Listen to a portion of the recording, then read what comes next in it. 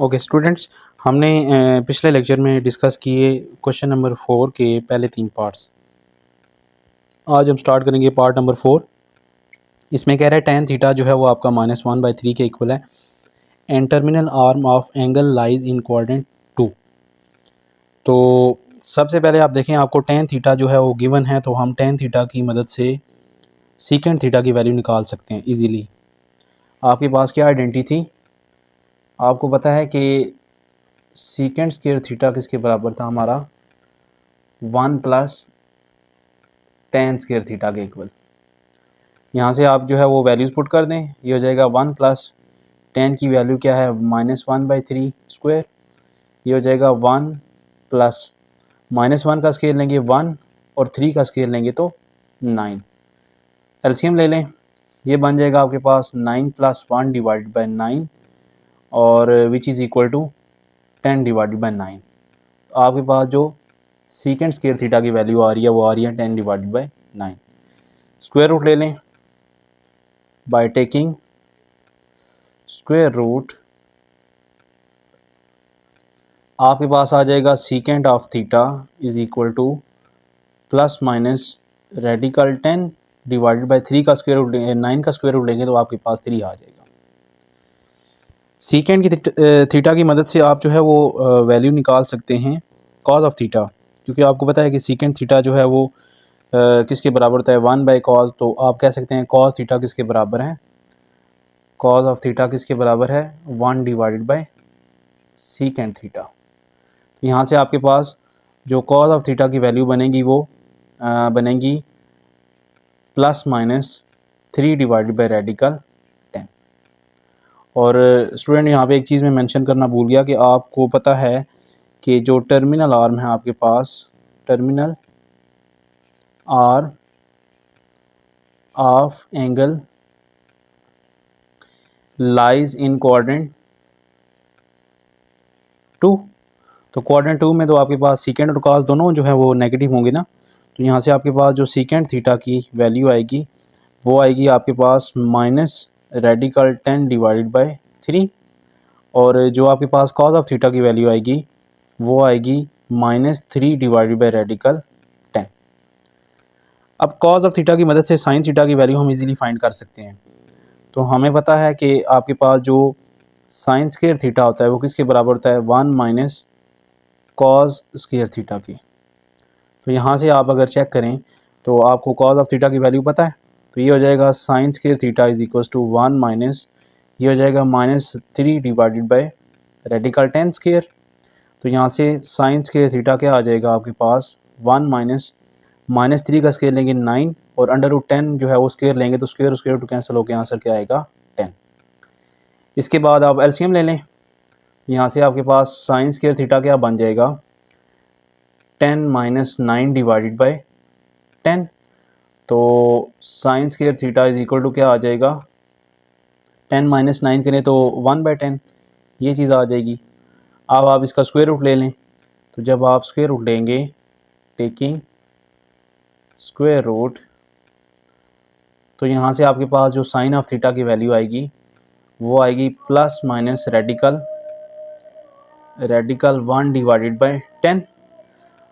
1 का square root लें तो आपके पास जो है वो 1 आएगा और नीचे आपके पास क्या आ जाएगा? रेडिकल 10 और साथ में प्लस माइनस।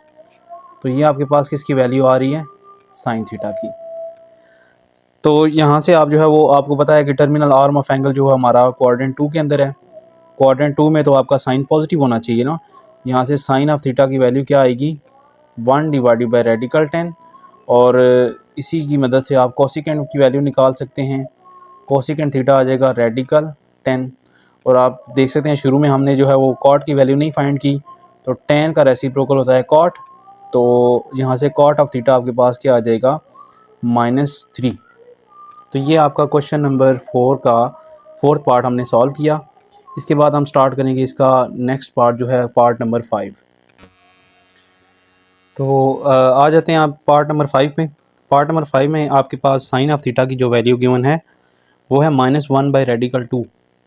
और स्टूडेंट ये क्वेश्चन इंपॉर्टेंट है, इसमें आप देख सकते हैं कि वो कह रहा है कि terminal arm of angle is not in quadrant 3। तो उसने सिर्फ ये बताया कि जो टर्मिनल आर्म ऑफ एंगल है वो क्वाड्रेंट 3 के अंदर नहीं है। तो हमने गेस करना है कि फिर किस क्वाड्रेंट के अंदर हो सकता है।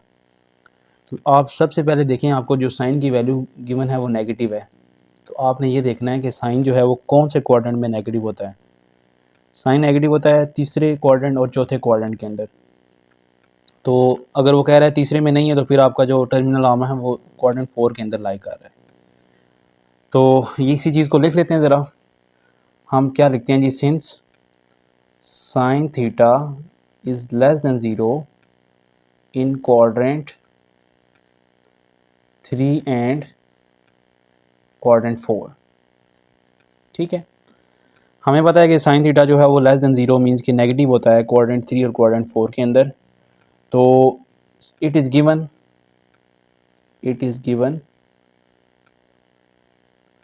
That terminal arm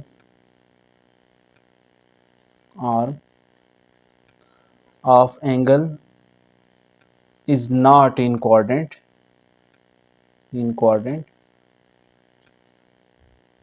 3। तो ये बात उसने हमें बताई है कि टर्मिनल आर्म ऑफ एंगल जो है वो क्वाड्रेंट 3 के अंदर लाई नहीं कर रहा।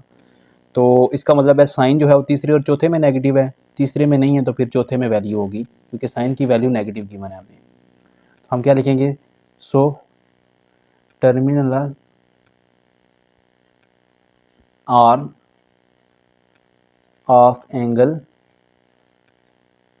लाइज इन क्वाड्रेंट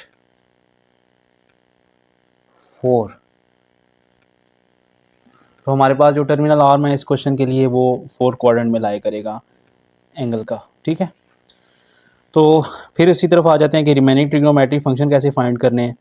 साइन की वैल्यू गिवन है तो हम कॉस की वैल्यू निकाल सकते हैं। यहाँ से हम क्या लिखते हैं, कॉस स्क्वायर थीटा किसके बराबर होता है, 1 माइनस साइन स्क्वायर थीटा के। ये हो जाएगा 1 माइनस साइन की वैल्यू क्या है, -1 बाई रेडिकल 2 स्क्वायर लेंगे। ये हो जाएगा 1 माइनस -1 का स्केयर लें 1 और स्क्वायर रूट 2 का स्केयर लें क्या हो जाएगा 2। ये बन जाएगा 2 minus 1 divide by 2 which is equal to 1/2। ये किसकी वैल्यू आ रही है, कॉस स्क्वायर थीटा की। दोनों तरफ स्क्वायर रूट ले लें तो आपके पास जो कॉस ऑफ थीटा आएगा वो क्या आएगा, +-1 डिवाइडेड बाई रेडिकल 2। अब जो है वो टर्मिनल आर्म लाई कर रहे हैं क्वाड्रेंट 4 के अंदर। क्वाड्रेंट 4 में तो आपके पास जो है वो कॉस पॉजिटिव होता है ना। हम क्या लिखेंगे, since terminal arm of angle